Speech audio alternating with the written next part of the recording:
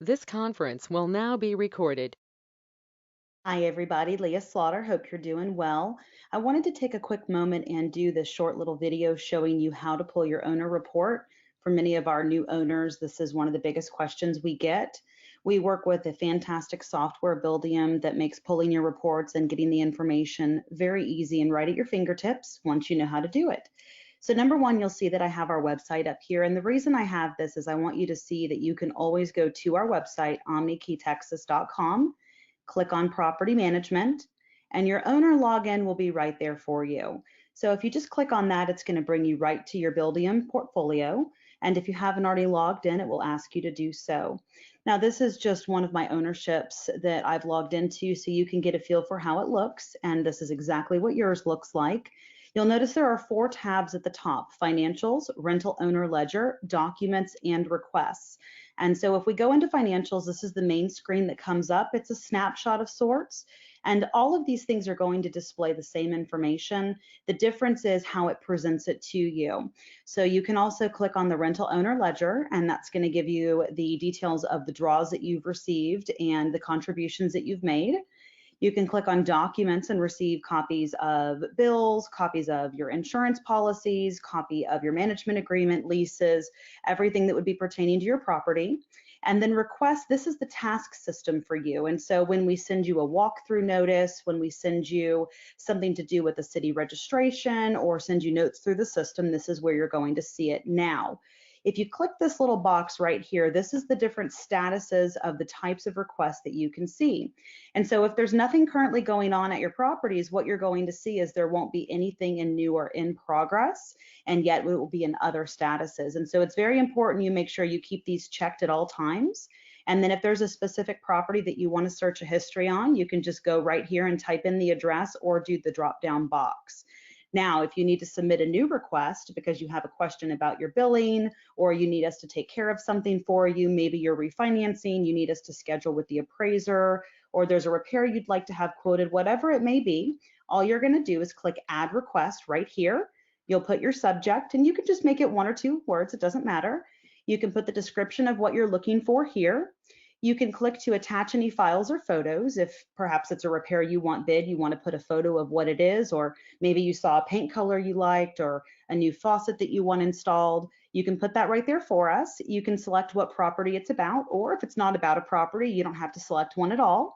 And then you can click submit, and that'll send it right over to our staff. Now, when we talk about running reports, and that's your rental owner statement, one of the great benefits of our software that we use the same software that you have access to, that the tenants have access to. It's very transparent. And most importantly, it's up to date 24/7. So you can click reports here right at the top right. And this is going to give you all the different report options for our system. There's a lot more reports than what you're going to need. You can see unpaid bills. You can see the rents that's been paid, who your current tenants are. You can pull a rent roll if you need it for a mortgage, whatever it may be. And there's this great thing at the top that says favorites up here. And so I would recommend that you go in and you favorite that rental owner statement, because that is definitely the easiest report to run. And so what you're going to do is you're going to click on the report that you want to run. And you can select all properties, or you can select just the specific one that you're looking for. And you're going to select income statement and transaction details. Now, you can unselect transaction details, but it's not going to give you as detailed a report line item by line item. Now, when you're running your report, the best way to run it is from one payment to the next. So generally, it just depends on when the clearing period of the time of the month falls. Sometimes the third, fourth, fifth is on a weekend, and so things clear a little bit later when the tenants pay. So generally, owner draws go out the first round between the 7th and the 9th of the month.